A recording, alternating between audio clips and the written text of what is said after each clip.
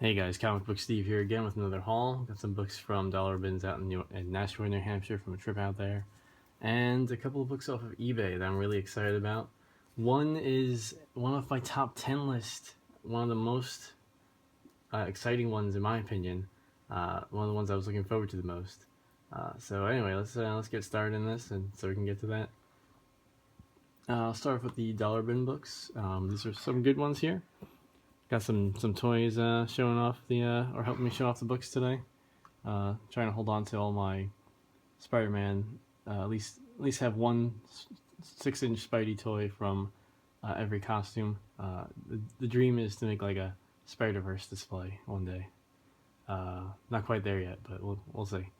So anyway, this is Amazing number 12 from the second series during the Howard Mackie Byrne run. Not one of the best runs. Probably my least favorite run of all time. At least in Amazing Spider-Man. I guess we could debate, whether it's the worst run if you bring in all the other Spider-Man ongoing series that existed over time. But it's still one I did not have, so figured I'd try to fill up the gap. Then we got the issue before that, Amazing number 11. This one's important to me because it is the first issue I got after I started getting back into comics.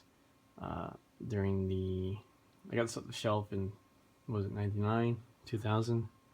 And this one was probably one of the better ones of the Mackie Byrne run of that early second volume. Maybe I'm a little biased because it was the first one I picked up, but I didn't mind it that much. The last issue I'd gotten off the shelf in 96 was the I think it was 415, the issue where the Sentinel's coming at Ben Reilly. But so it was a large gap, about a few years before I decided to get back into comics again. So this was the one that I picked up when I first got back into it. And then we got 519 from the JMS run, the New Avengers. 556. It's always one that I forget that I don't have. 588. Can't read. Last part of the. This is the one that reveals. No, I think it was the issue before this that reveals Menace as Lily Thompson or whatever her name is. Lily Allen. Lily. I don't know. Lily something. Harry's girlfriend.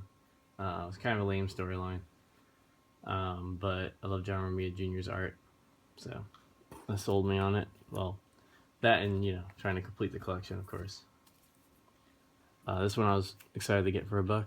Amazing number 370, part 4 of Spider Island. One of the ones I did not have. I'm missing part 1 now. That's the only one of Spider Island that I still need. This one looked pretty cool. Scarlet Spider number 11, part of the Minimum Carnage storyline. This is a nostalgic one for me, but not a very popular one. Spider-Man Maximum Clonage Alpha. God, I hate that name. Maximum Clonage. Who thought of that one? It's like, hey, we had a great series called Maximum Carnage. Let's call it Maximum Clonage. Sounds like a joke that someone just someone in the office was like, that's a great idea, and they ended up running with it. But or maybe they had this as a joke, and then the ship date got too close and they couldn't think of anything better. But either way, it's a pretty lame title. Not as bad. The interior is not as bad as Maximum Clonage Omega, which is a mess if you've ever read that, of awful writing and various artists trying to complete the book. So that was it for the Dollar Bin books. Always fun to get Amazing Spidey books for $1. That's what I look for. Sometimes you'll see those on the same issues on eBay or at a Comic-Con for like $2 to $5 a piece. But if you wait long enough, you could find them in a Dollar Bin. Excuse me. Anyway, so the next two are my eBay haul. First one we got here is Amazing Spider-Man number 48. Not a key book by any means. This is the first appearance of Blackie Drago, the second Vulture. So it's first appearance, not by a character that's around very much anymore. In fact, other than having the daughter called the Raptor in Spider-Girl back in the MC2 era, I don't think they've done anything with Blackie Drago. But, you know, I could be wrong. Anyway, this book I got because I got for $39 before shipping. I think it came out to like 42 after shipping. That's what I love eBay for, you know. It's hard to get those keys, but you get steals on some Silver Age books that no one's really paying attention to. But this is a really nice copy. Pretty happy with it. Pretty flat. The whites are a little brown. The pages are a little off-white, but it's very flat. It presents really well. And this is exactly what I look for in a Silver Age book. You know, if I can get something better, that's icing. But this makes me happy right here. So I was really happy about that one. Then the other one we got off my top 10 list, Amazing number 100.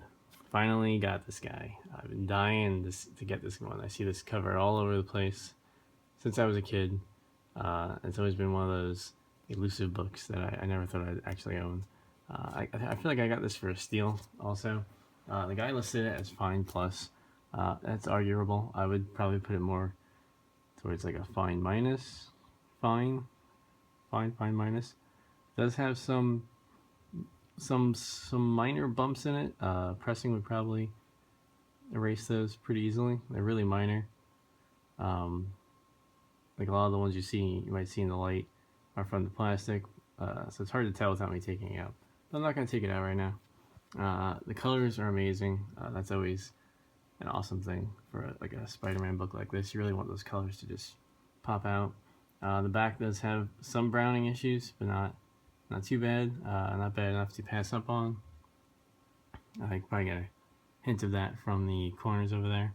But there's no like spine ticks. There's no. The corners are rounded, but yeah, it's a really nice copy. Very happy with it. I paid I think it was $42 for this, and I was ecstatic about that. I think that's a huge win for me. And I think I got that because the picture was there's two pictures of the front and the back, and they were both really blurry. Not like really blurry, so exaggerated a little bit. They were pretty blurry. They're blurry enough that for a book like this, you probably would kind of want to shy away from. It was hard to tell how the cover was in terms of quality, but I thought it looked like it had hope of being a nice copy, and I think it is. I think it's a really nice copy, and I'm super happy about this. This is gonna be one that I'll frame, not because it's like a 9.0 or anything, but just because it's a really presentable copy of a classic cover, and that's all I can ask for, you know. Usually, I've been trying to get one of those since Christmas. Always missing out. Trying to go for like the very fine copies. I would even settle for a VG Plus, but they usually end up going for like $70, $80, or $95. And I don't know. I just kept missing out on them. Trying to do the 3-second bid. It wasn't working out. But like I said, glad I got this. I feel lucky that I found it for the price I did. So it's a win in my column. Hopefully my luck continues. A lot of the other books on my top 10 list are going to be really difficult to get, like that Sensational Spider-Man 0, and that Kansas Sensational Spider-Man 23. Not going to be easy to get. People want a lot of money for it, and I'm not paying over $50 for them, and I think that's a lot. So we'll see how it goes. Yeah, really happy with this. Also really happy with this guy here, and all the books. You know, it's great to fill up some Amazing Spider-Man gaps. One of these days I'll have to do an update to my Amazing collection, probably at the end of the year, because I'm gonna go pretty hard on trying to complete the 200 to 700 run, and obviously I'm bleeding a little bit into other areas, but can't pass up on those deals, man. They don't come around too often. Anyway, guys, thanks for watching. Like the video if you like it, and yeah, keep on buying them books.